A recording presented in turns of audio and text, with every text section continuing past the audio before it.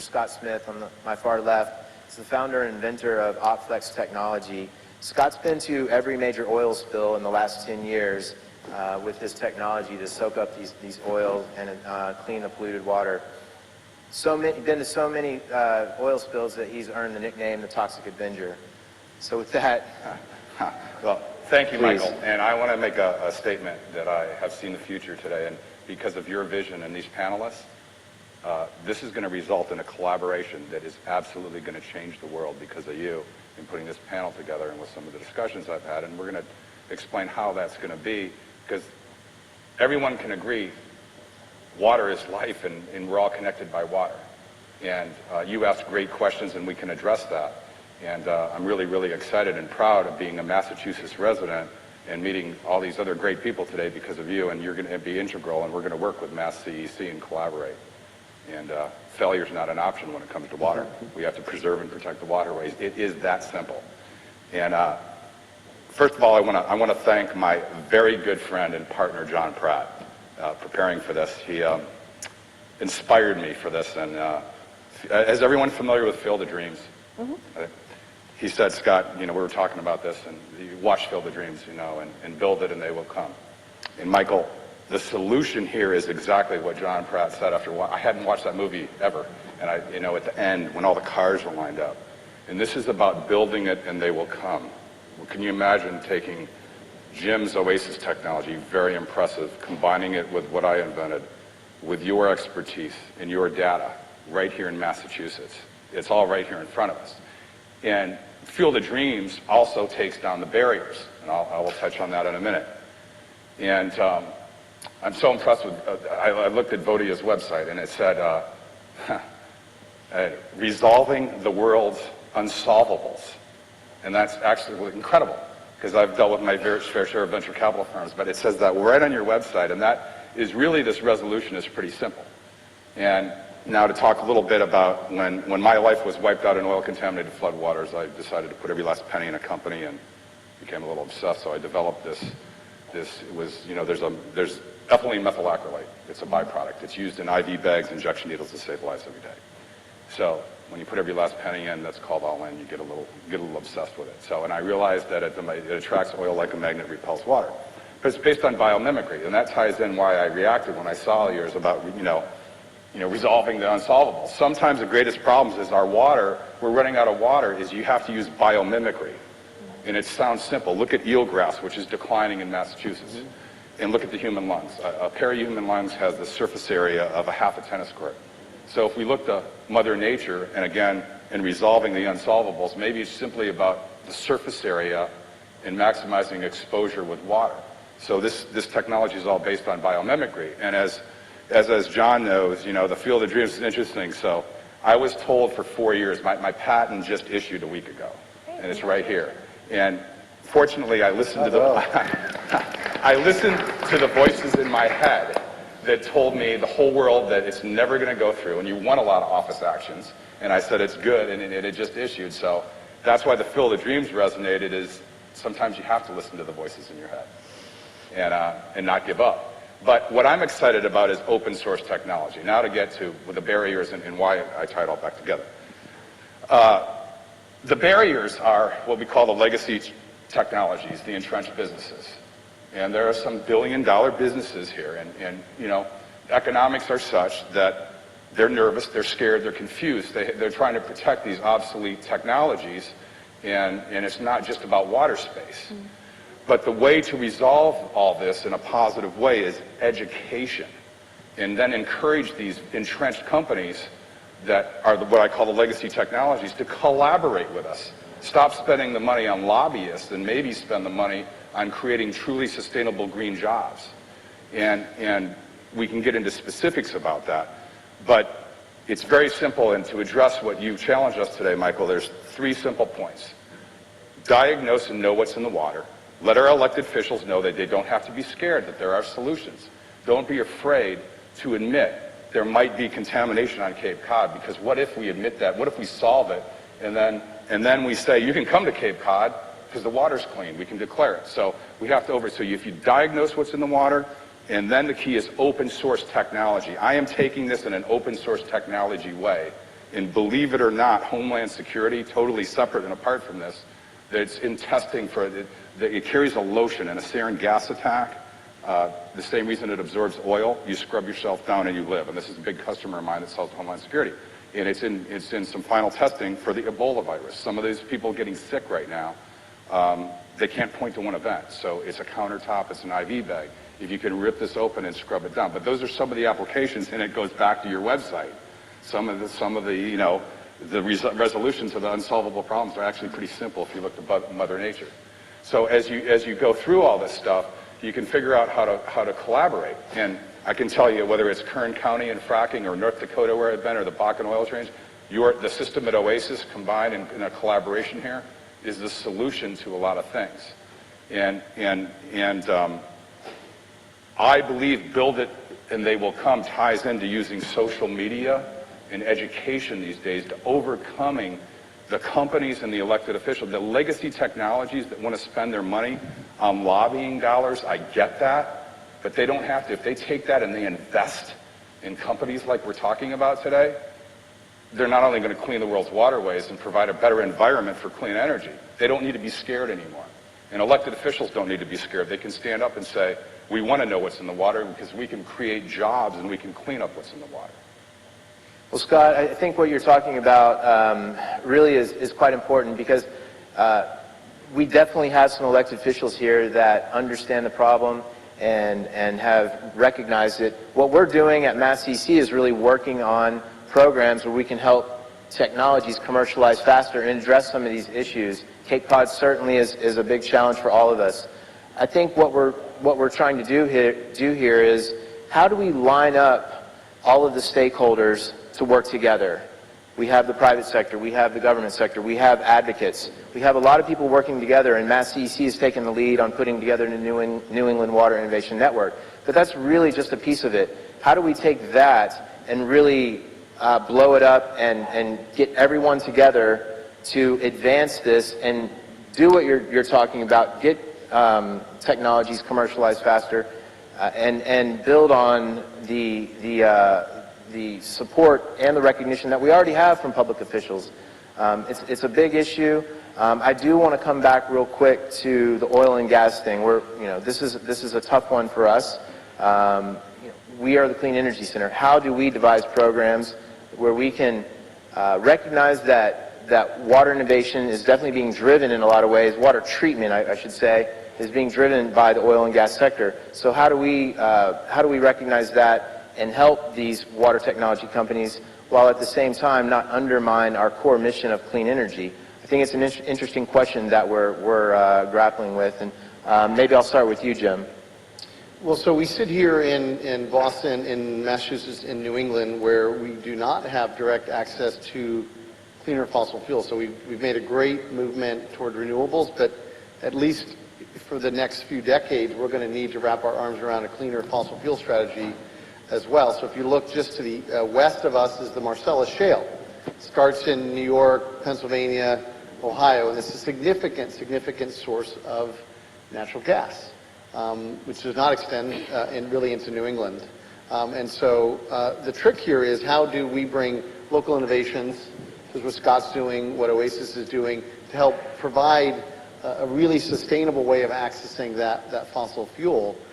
If we can bring natural gas to the surface in a sustainable way, both economically and environmentally, and then figure out how do we build midstream pipelines east to New England, provides an alternative to a much dirtier set of fuel oils and such that New England really relies on. So I think it's not all clean or all dirty. I think we've got to find, as Julianne says, sort of this middle way to collaborate. And I think solving the water issue is a big part of allowing us to access these resources in a sustainable and thoughtful way, and bringing cleaner, cheaper energy, to not only the Commonwealth, but to New England. So I think it fits squarely into your mission, and many regions are struggling with that. And I think that if we don't focus not only on the airborne pollution issues with fossil fuel, but the water issue, the cost and complexity of those resources are going to really catch us, I think, by surprise. Reese, I would also like to hear what your thoughts on this are. You brought up the topic as well. Yeah, I think that I mean, that's exactly it. I mean, even when you look at, let's say, renewable power, it's a portfolio approach, whether it's wind, whether it's solar, whether it's biogas or biomass plants. But coal's not going away, natural gas is not going away, and quite honestly, nuclear is not going away anytime soon either. So we kind of have to play the cards we're dealt, and because they're all important in various ways. In the case of gas from the Marcellus, it's critical that that it's available, partly because you can't run everything on solar. Battery technology is not quite there, and even if it was, it would, you know, that in itself is not a single solution to it all.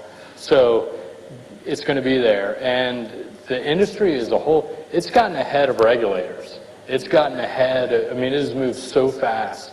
When you think about how many horizontal drill rigs there were in 2008, probably 300, 250, 300. Now they're 1,400, and they're just pounding away into the ground multiple times. So it's not going away, and now regulators and even the technology water treatment players are having to figure out ways to solve the problem after the fact. And there are plenty of smart people in the room, there are plenty of smart investors. There are solutions, and I think, as Scott pointed out, you know, there is what I said previously, inertia, and there's a need for everybody to get on the same page and say, look, here's what the issue is, admitting the problem. I mean, that's really, or admitting the challenge and moving forward. So, education. If I could just piggyback on that, you both mentioned the fact that these are really regional issues. They're not Commonwealth issues. And I think back to the Regional Greenhouse Gas Initiative, which was admittedly a slog. For those of you, did anybody besides me participate in that? Anybody? Oh, awesome. So yeah, you're with me, right? It was a slog. It sucked. We went through years and years of, you know, blah, blah, blah. But the reason that that was ultimately successful and has been economically beneficial was actually because it did have a regional scope. It did take all of the parties into account. It did involve not only government and commercial interests, but other bodies as well, and dealt with the question of how we were going to manage emissions was a question, and particularly as a kind of model for how we're going to manage, ultimately, I hope, carbon dioxide management. It looked at it as a regional problem, because none of these issues are defined by state boundaries. Water is exactly the same way. Our water issues, our energy supply issues are interconnected, and they are regional. And so I think to answer, the way that I would answer your question, Michael, is, you know, Mass DEC is doing amazing work, and I'm impressed all the time with it. And at the same time, I think if we become too parochial in focusing on the Commonwealth, I think we miss the opportunity to have the kind of impact that Mass DEC can have by leading on a regional scale. And I see that the kinds of policy and innovation combinations together that are possible have the potential to be what Georges Doriot, who was the father of, who's widely called the father of venture capital, called economic engines, right? And ultimately, that's what really drives the adoption of new innovations, new solutions, is their potential to actually serve to sustain our economic drive. No, that's helpful, Julianne. I think at this point I'd love to turn it over to you, and I know there must be some burning questions out there. We have a couple microphones. Yes, in the back. Not a question back there? Anyone? Must be a couple questions. Michael, I'd like to add something. This water energy nexus is fascinating. They're stunned by all of I'd this. just like to point out, Please do, Scott. there's one world, there's one waterway, and I spent a lot of time in North Dakota in the Bakken Shale dealing with a lot of this. The Missouri River flows to the Mississippi, the Gulf. It takes 7 to 10 days. There's something called the Gulf Stream. So eventually what's happening, dilution is not the solution to water pollution anymore. Whatever happens in North Dakota and goes into that Missouri River, in 7 to 10 days is right up the eastern seaboard. And it is that simple. And I have an expression for those that know me, the laboratory, I mean, the real world is my laboratory. And I have a proposal for, right now, for Mass East, what we can do. The Charles River, the former Beacon Rail Yards. Well, I've done the testing there. Diesel range organics are coming out at about 200 parts per million, about 100 times what the allowable drinking water is. Your system, the Oasis water system, could be used right now to filter that. And for me, it's mind-boggling. You got the smartest brains in the country, MIT and Harvard. And I watched those kids row. I went to Harvard Business School, but I didn't have anything to do with the banking crisis and loans. I just created jobs and invested in green technology. So I hesitated saying that. So I was invited to speak there because the organizational behavior professor, Dean Nitin Naraya, he was my OB professor and became the dean. So anyway, I started investigating. My God, I've been all over the world, and here's this effluent flowing out every day. And working with the kids recently, it's unacceptable that you have to put a red flag up and not to touch the water or go into it for the kids to row up and down the Charles with the world's greatest minds and brains. I mean, it's like a bad Saturday Night Live skit. So the point is, right here in Massachusetts, why can't we work together to set the model for the rest of the world right in the Charles River? And it might be better than it used to be, but so is the radiation in Chernobyl. There shouldn't be oil and grease coming out from that ex-CSX terminal in the Charles River. It just shouldn't be. And I think Jim has the bulk of the solution. And I mean, if it weren't for you, Michael, I wouldn't even know him. So thank you. You're We welcome. can corner the governor when he shows up later. We'll pitch him. Looks like we have a couple questions. Tell you what, we'll take both of them. Let's start back here with Tom. Go ahead first. Hi. Michael, you and I have talked about this, and Right. what I'm hearing here, and by the way, great panel, but what I'm hearing is a lot of goodwill. And we've, as a Commonwealth, done a great job on building the Commonwealth up and the region really to be the go-to place in biotech. We're now becoming one of the go-to places if you want to start a company in clean tech. We've got the basis for a good water cluster here, and we've had the couple swim events and things like that. But I guess what I'm hearing is still a lot of goodwill. Could the panel be much more specific, and I appreciate the one specific suggestion there, something we can rally around and start getting some things actually happening? Thank you, Tom. So we had another question right here. We'll take that, and then we'll go to the panel. Hi, Sam White of Promethean Power. This is a question for Jim. In your business, how dependent are you on government regulations? So let's start with Tom's first question. How do we get more specific? What do we rally around? Who would like to address that? Well, anytime there's a rainstorm, go to the Charles River and watch the oil and grease flow in. Let's get very specific, and let's work together to solve the problem once and for all. Let's get there's an election, I think, coming up. Let's get the elected officials together up after the election at Mass CEC with everybody on this panel in a transparent, open way, and let's show the world how you really operate together. Let's set the example. Right. So I think it's a valid point, Tom, but I also think that you've sort of colored it a bit widely.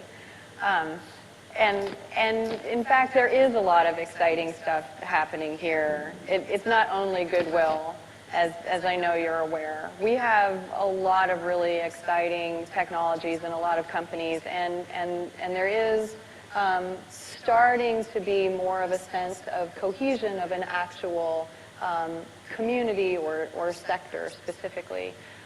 But by way of suggestions, for example, one of the things that has been tremendously effective in other spaces is the prize model, right? So, you know, a prize model not only serves to focus the attention of the participants, frankly, much more importantly, it serves to focus the attention of spectators, right? People who are not already participating. And so I would love to see North Shore Innoventures come up with a great prize for clean water innovations here in Massachusetts. Sounds like a challenge, Tom. And then we had a question. Would you like to? Yeah, well, let me connect, if I could go for it. attempt to connect the two from Tom and Sam. So listen, Oasis was started out of Yale. We're based in Boston, not out of goodwill, but because it's a world-class place to build an innovative company in almost anything, but certainly in water. And a number of us have been very involved, not only in the Clean Energy Cluster, but certainly in the Water Innovation Network. So we're here because we can attract great talent. I think, although the Charles River is an interesting idea, I think that in the fullness of Oasis's history, my guess is we will never deploy, are unlikely to deploy a system in the Commonwealth. So there are many reasons we're here. Talent, access to capital, direct flights to Beijing and Dubai. So it's really an interesting place to build a practical company. And I think that the discussion of water and the importance of it and this dialogue starts to look a little bit like environmentalism, which I think we're all into and it's important. But for every day at Oasis, we think about how do we practically deliver valuable solutions that can solve real problems inside of an economic envelope that people are willing to pay for. And it's a brutal way to grow a business. It's a very difficult space because of pricing issues. But the fact that we have such great innovation talent here, we're able to drive down the cost of our system, increase the performance, and it's all connected to us getting into that market. Now, to Sam's question about regulation, regulation is a very big driver of behavior, and we're seeing trends. The reason we're in Australia is because there, when they're extracting coal seam gas and fossil fuel, they have specific regulation, unlike in the U.S., that says, you got to clean that stuff up. And oh, by the way, they see an opportunity to turn that waste stream into a value stream. So that opens up an economic envelope for us where there's not a lot of fresh water, where there's significant disposal costs, and there's an overlay of regulation, or at a minimum, social contract to operate. China, the reason we're in China, not because it's easy, because it's not, but because it's a huge market that's being driven by serious and intense regulation. So the U.S. for us, in fact, the upstream activity is a little bit less. Reese can talk about that, because there's not a lot of firm regulation now of how one has to deal with their flowback water from hydraulic fracturing. That will change over time, so we have a foothold here. But regulation is one of the key drivers, and I think one of the ways we can collaborate between the innovation and the water industry and the regulatory industry is really to talk about what's possible. I think, Scott, to your point, look the problem square in the eye, talk about what's possible, and then drive intelligent regulation to allow folks to do the right thing overall with these innovations. Thank you, Jim. We have time for one more question right up here in front. Do we have a microphone? Okay.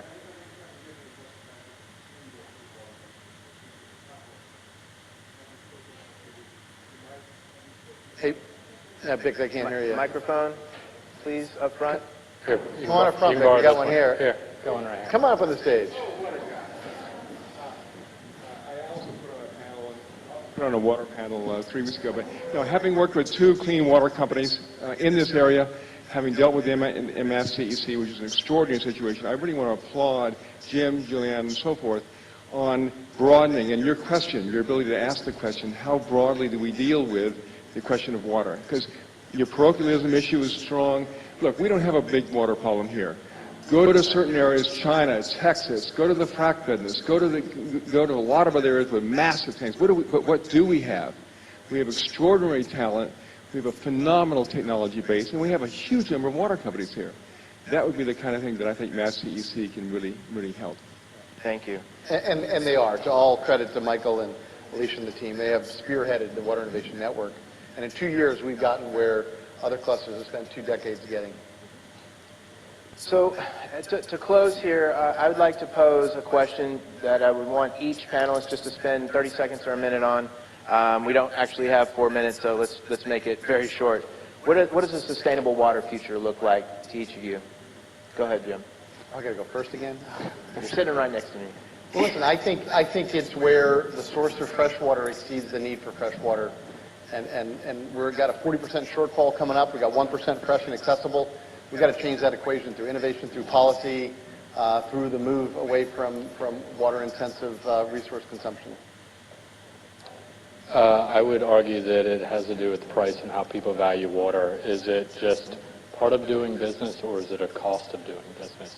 And the reality of it is, it is a cost of doing business, and particularly in certain parts of the world, there's going to require some investment into technology and solutions to manage it better. So I'm going to break a little bit with my persona. I've been talking about innovation and economic engines, and I'm going to say that all of our respective work collectively, and yours too notwithstanding, we don't have a sustainable water future if we don't have some kind of not just state and regional and national, but even global agreements on water standards and water rights. As Scott pointed out, we have real concerns about water that have nothing to do with what's in our backyards. It's a matter of public record that the defense community is quite concerned about the increase of global warfare as a result of water stress, right? So from my point of view, a sustainable water future is necessarily dependent on the work of all of you and all of us in this community here, and also that by itself is necessary but not sufficient. We also, frankly, need to have the involvement of policymakers and officials across the U.S. and around the world. I think it's simple, and I think it's Einstein that said 90% of solving a problem is acknowledging one. There is one, and once you acknowledge it, the people that created the problem can't be in the solution problem. So with that being said, sustainability is first standards. We have no standards in this country, whether it's irrigation or drinking water. We have to agree on standards. If you know what's in the water, you agree on the standard, and then you pull the contamination out, and you close the loop by waste to energy. This does tie into clean energy. What if you can take your contamination out and then burn it in waste energy plants? Thank you, Scott. I encourage all of you to continue this conversation. I know we will up here and at the Massachusetts Clean Energy Center. And please join me in thanking our panelists.